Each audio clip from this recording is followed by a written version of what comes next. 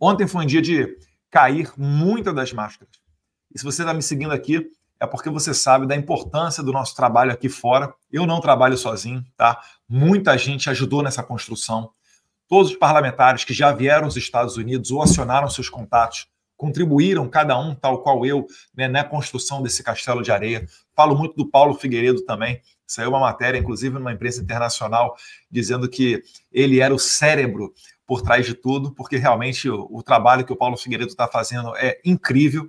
Eu falo até que um dia a gente tem que fazer um livro sobre tudo isso daqui que está acontecendo, mas a gente também tem que tomar muito cuidado para não dar bom dia a cavalo, né? Já diziam os nossos avós, quem fala muito dá bom dia a cavalo. Então é sempre bom você preservar as fontes, você fazer conversas reservadas ficarem reservadas, não se tornarem públicas, não por uma questão de que são conversas antiéticas, não republicanas, mas sim para não alertar o inimigo da estratégia, para não alertar o inimigo daquilo que está vindo. Então podem ter certeza que se eu estou compartilhando com vocês aqui, e eu sei que os nossos colegas da Polícia Federal do Alexandre de Moraes também nos seguem, estão de olho no nosso passo a passo, é porque eu tenho o conforto de poder, né, de entender que essas questões que eu estou falando aqui cabem ao compartilhamento público. Então já deixa aí o seu like, tá? É importante, para um pouquinho, vai ali, ó, aquele joinha, faz isso.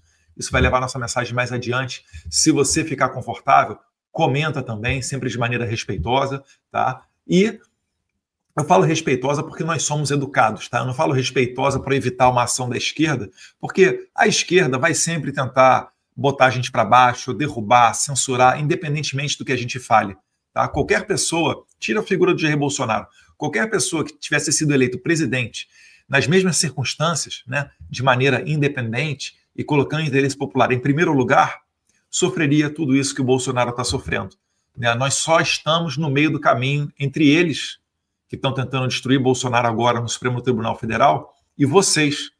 Vocês aí, a sua voz, o seu tweet é muito importante. É você que está fazendo esse sistema cair. Se não fosse por você, se eles não achassem que isso daí fosse importante, eles não estariam tentando te censurar, não é mesmo? Então, obrigado aí por compartilhar, curtir, comentar e agradecer também a todos vocês que entendem, né, a importância desse trabalho feito aqui de fora. Eu acho que está todo mundo muito ciente já de que dentro do Brasil não existem mais armas para a gente lutar contra essa ditadura. Eu respeito as pessoas que dizem isso, os políticos que falam que nós temos que combater internamente os nossos inimigos, mas eu não preciso seguir o que eles falam, porque isso para mim é uma estratégia furada e que se mostrou totalmente ineficiente até o dia de hoje. A gente está em outro momento histórico. A gente não está mais no impeachment da Dilma de 2016.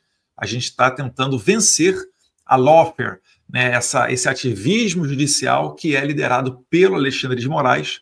E como diria Rui Barbosa, a pior ditadura é a do poder judiciário, porque dela não há a quem recorrer. Espero que não retirem agora a estátua do Rui Barbosa lá do plenário do Senado Federal. Mas vamos lá. Eu trago aqui para vocês, primeiro, o post do Trump. E para fazer uma melhor tradução, eu não fui no Google, tá? Eu fui no ChatGPT. Inclusive, as ferramentas de inteligência artificial, elas têm se mostrado multifuncionais. Eu vejo isso acontecer muito com as pessoas da minha geração, né? Se você utiliza o ChatGPT ou qualquer ferramenta de IA somente como se fosse o Google para fazer uma pesquisa aqui e acolá, isso daí está um uso muito limitado do potencial que esse instrumento dispõe. Então, é muito mais do que uma ferramenta de busca. Ele serve para geração de imagens, confecção de relatórios, peças jurídicas, enfim, uma série de questões. Então, eu usei agora o ChatGPT, no caso aqui, como um tradutor. E aí eu coloquei aqui em português. Dá para a gente ir lendo? E eu estou aqui no celular também, então a gente vai lendo por aqui igualmente. Eu vou ler passo a passo com vocês e já vou adiantando, tá? O principal está no final e não é a frase do deixem o Bolsonaro em paz. Vocês vão ver e eu acredito que a maioria de vocês vão concordar comigo do porquê que eu estou falando isso. Então, cadê aqui? Vamos lá. O Brasil está fazendo uma coisa terrível ao tratar o ex-presidente Jair Bolsonaro dessa forma. Que forma? Com essa lawfare, né, com esse ativismo judicial, sem a oportunidade que o presidente seja dado a ele a ampla defesa, devido ao processo legal. Vale lembrar, né, o presidente Bolsonaro, ele não está sendo processado por enriquecimento ilícito, por corrupção. É a primeira vez que a gente tem um presidente da República, ou melhor, um ex-presidente, um político, né, sofrendo esse tipo de coisa. Então, o STF, o que ele fez para conseguir julgar o Bolsonaro? Ele reformulou toda a jurisprudência dele. O que é jurisprudência? Jurisprudência são sucessivas decisões no mesmo sentido. Então, se você tem vários tribunais, vários juízes, sempre interpretando a lei da mesma maneira, sempre aplicando aquele caso concreto, aquele tipo de medida, isso fica tão forte que acaba sendo uma jurisprudência. É uma tradição, é uma conduta uniforme dentro do tribunal. E a jurisprudência, ela, assim como a lei, ela também é fonte do direito. Então, o juiz, quando ele vai decidir, ele tem que olhar a lei e olha também a jurisprudência do tribunal. O que o STF está basicamente fazendo? Ele está ignorando toda a conduta, todos os julgados anteriores, para atrair a competência para si de julgar o presidente Jair Bolsonaro.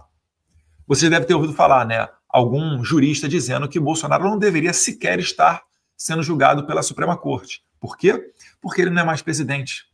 Aqueles que têm a competência originária de serem julgados direto no STF têm um rol na Constituição prevendo quem são essas pessoas.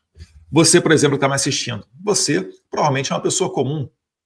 Se você cometer um crime, se ocorrer algum delito, se você for processado civilmente, etc., você não vai começar no STF. Por quê?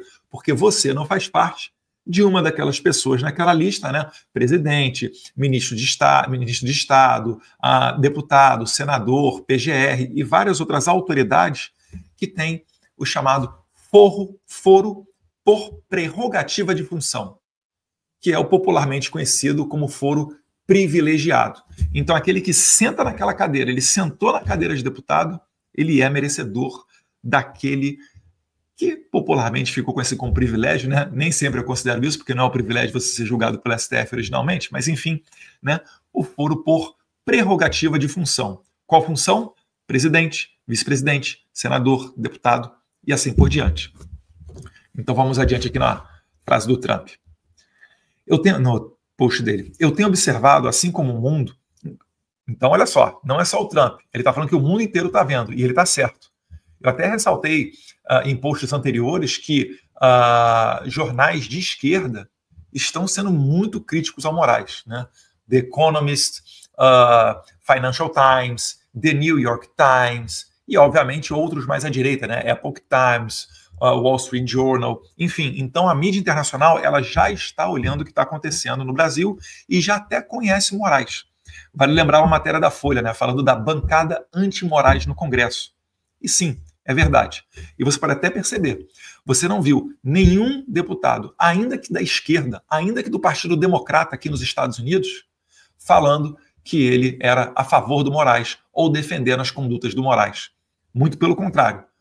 A maré do Moraes está tão ruim que é provável até que a esquerda venha se unir à direita para não perder a bandeira das liberdades, para não depois ser facilmente rotulado de defensores de ditadores. Porque Moraes é igual a Lula. Lula anda com Maduro, com Ortega, com o que há de pior no mundo. Apoia o Hamas, o Hezbollah. Então ninguém mais quer se associar a esse sistema lulo-alexandrino, vamos assim dizer, né? Que é essa parceria entre o Alexandre de Moraes e o Lula. Seguindo aqui, então, eu tenho observado, assim como o mundo, enquanto eles só fazem persegui-lo, dia após dia, noite após noite, mês após mês, ano após ano. Isso daqui é uma frase, uma expressão para resumir o que o Bolsonaro tem dito sobre perseguição implacável. Concorda? Comenta aí. Ele, o Jair Bolsonaro, não é culpado de nada, exceto por ter lutado pelo povo. Olha o que eu estou falando. Bolsonaro só está no meio do caminho entre os ditadores e você da população. Conheci Jair Bolsonaro e ele foi um líder forte, que realmente amava o seu país. Também é um negociador muito duro em comércio. Então aqui o Trump está ressaltando características positivas do Bolsonaro. Está falando que conheceu ele, né, que teve contato pessoal, que olhou de perto aquilo que foi feito pelo presidente Bolsonaro no Brasil e depois deu um toque pessoal, dizendo que ele é um negociador muito duro. Aqui entra aquela parte que eu falei no começo do vídeo, né, onde a gente se reserva, né, onde a gente faz uma questão de uma análise para não deixar tudo virar público, também por questões éticas, né? Eu participei de algumas reuniões, já estive algumas vezes, já algumas boas vezes, junto com o presidente Trump, inclusive quando ele não era mais presidente, tá? E você pode perceber que se tem uma característica dele que é muito valorizada, é a questão da negociação. O Trump, ele é um empresário, ele é um empreendedor de muito sucesso, é um bilionário, e ele não chegou a esse status à toa. É porque ele é muito duro na negociação. Eu até entendo, às vezes, algumas reclamações, principalmente de líderes estrangeiros, quando falam, né, o Trump tarifou, o Trump jogou duro, não sei o que, etc. Mas é o estilo dele. Se você for ler os livros do Trump, você vai ver que essa é a conduta normal dele, de estressar a situação para depois ele sentar à mesa numa posição de superioridade. Ele fez isso agora, recentemente, com as questões tarifárias, né? Quando você chega e fala, eu vou tarifar o seu país, os seus produtos que estão entrando aqui nos Estados Unidos em 100%. O chefe de Estado do outro país fica desesperado.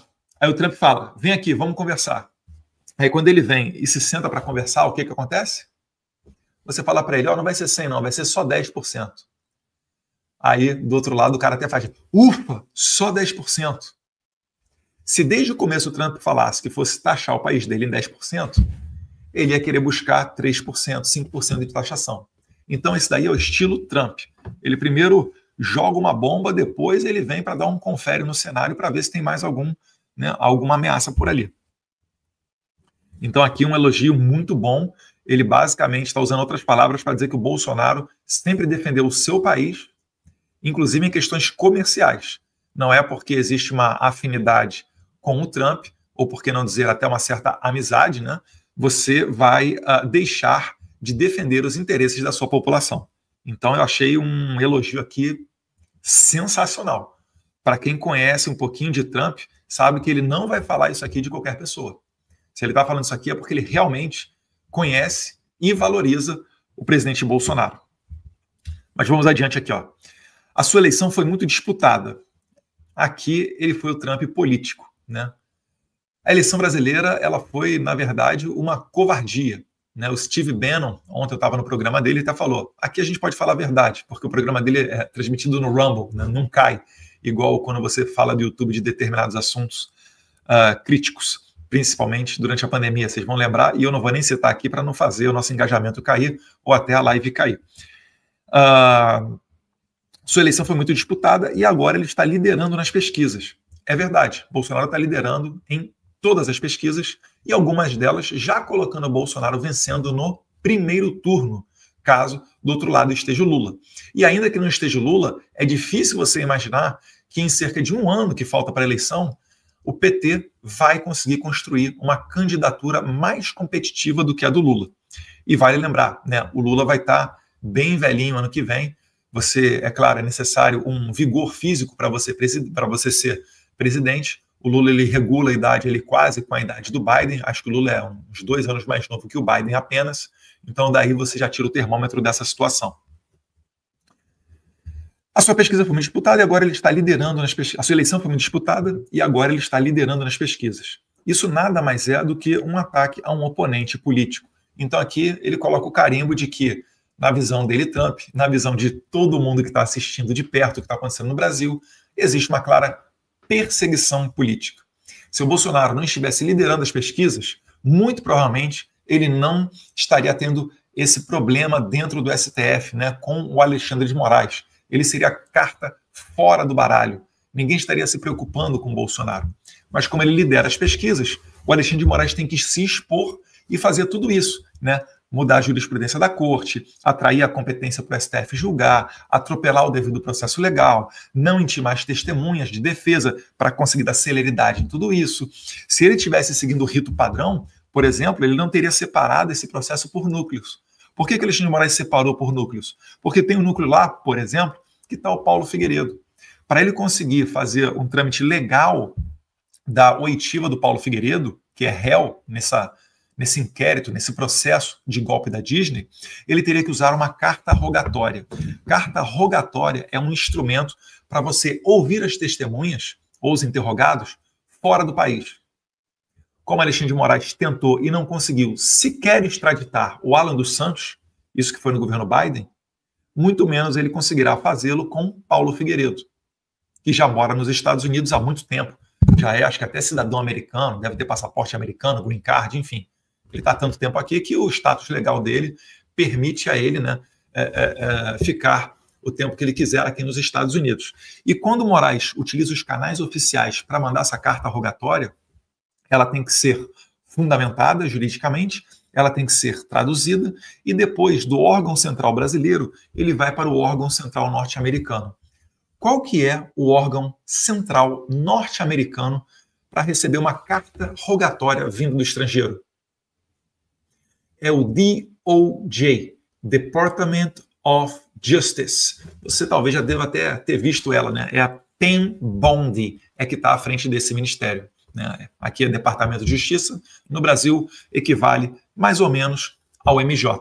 Então, o DOJ, ou DOJ nos Estados Unidos, embaixo dele tem uma série de outras instituições, como o FBI, como o US Marshals, e o US Marshals é quem faz esse tipo de ação, né, de intimar, de cumprir essas decisões estrangeiras validadas pelo DOJ.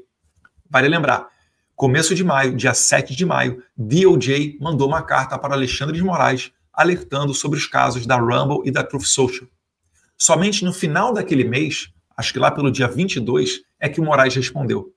Ou seja, eles deram um lapso de tempo muito longo. E qualquer sinal nessas relações internacionais, elas contam. Qualquer sinal, mínimo que seja, ele pode ser interpretado como uma mensagem velada. Então não se engane, né? Primeiro, o Alexandre de Moraes, aos olhos dos americanos, ignorou, porque ele realmente ignorou, né, a DOJ, fez pouco da ação da DOJ, assim como ele fez pouco no outro ano, quando o deputado Chris Smith intimou Moraes, após uma audiência feita no Congresso americano, vocês lembram? Que falou o Paulo Figueiredo, o Chris Pavlovski da Rumble, o Michael Schellenberg e mais um sujeito lá de esquerdinha. Quando eles fizeram aquela audiência, o Chris Smith, que é o deputado mais antigo dos Estados Unidos, ele mandou uma carta para Alexandre de Moraes. Porque aqui nos Estados Unidos, gostando ou não da pessoa, eles têm a serenidade de prezar por um devido processo legal, de dar a chance de defesa àqueles que estão sendo acusados. Então, na cartinha do deputado americano Chris Smith para Alexandre de Moraes, ele perguntou, olha, isso aqui que o Paulo Figueiredo falou é verdade? É mentira? O jornalista Michael Schellenberg fez o Twitter Files Brasil. Isso daqui é verdade? É mentira? Enfim, ele levou a oportunidade para Alexandre de Moraes responder aquelas questões.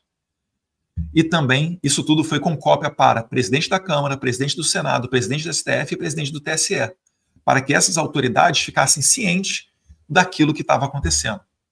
Bem, o Alexandre de Moraes ignorou. E até aí, você pode pensar, tudo bem, é só um deputado de outro país buscando informações, o Moraes não tem obrigação nenhuma de respondê-lo. Beleza. Mas você não concorda comigo que a coisa vai escalando quando chega o Ministério da Justiça dos Estados Unidos e faz o mesmo tipo de coisa? Falando, olha, você, Moraes, é competente para dar decisão aí no Brasil. Não para vir cercear a primeira emenda dos Estados Unidos, né, sobre a liberdade de expressão, aqui fora, querendo obrigar que empresas americanas cumpram as suas ordens ditatoriais. Então a coisa foi escalando. O Moraes foi dando causa ao momento que a gente está chegando.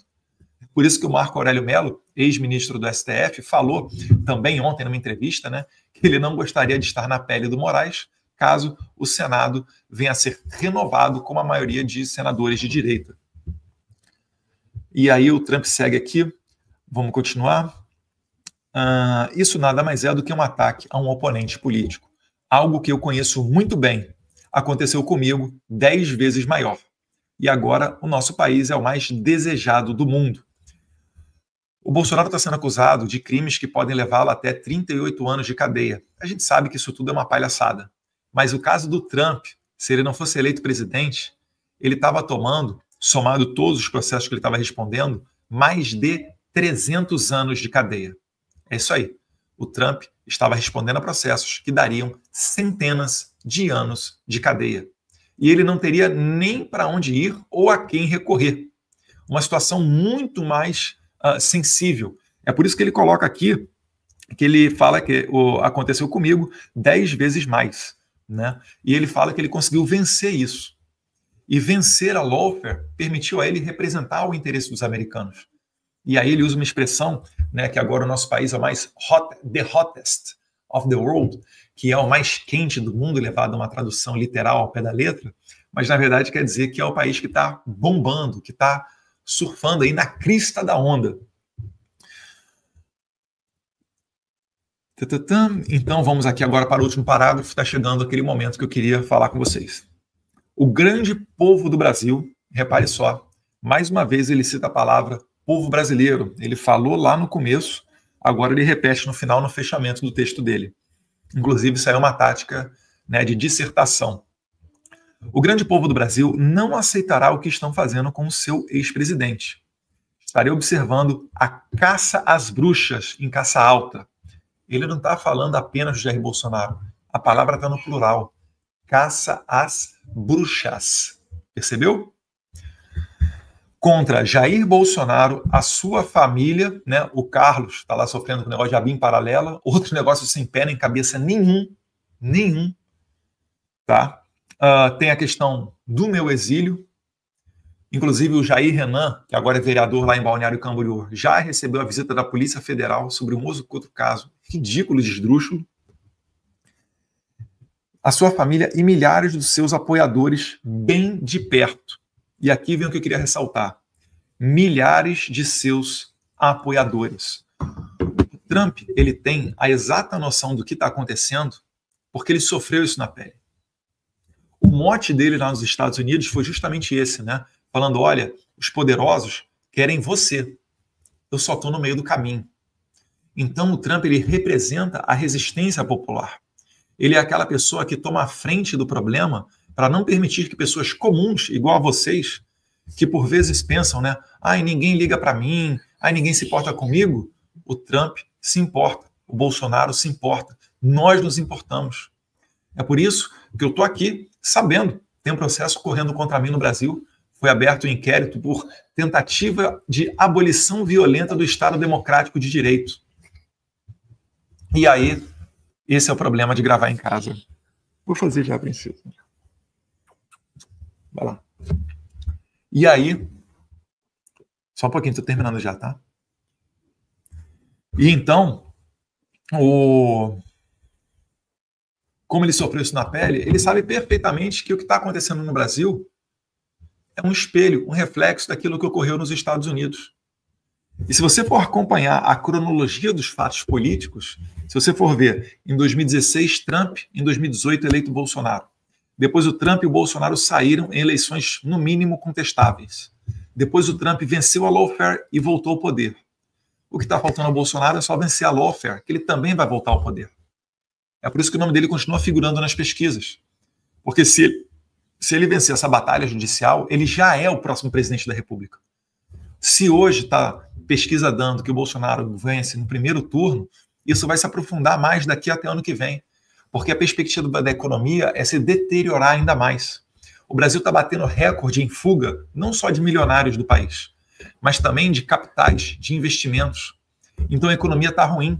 E o Lula prometeu entregar uma economia tão boa que o pobre ia estar tomando cervejinha e comendo picanha no final de semana.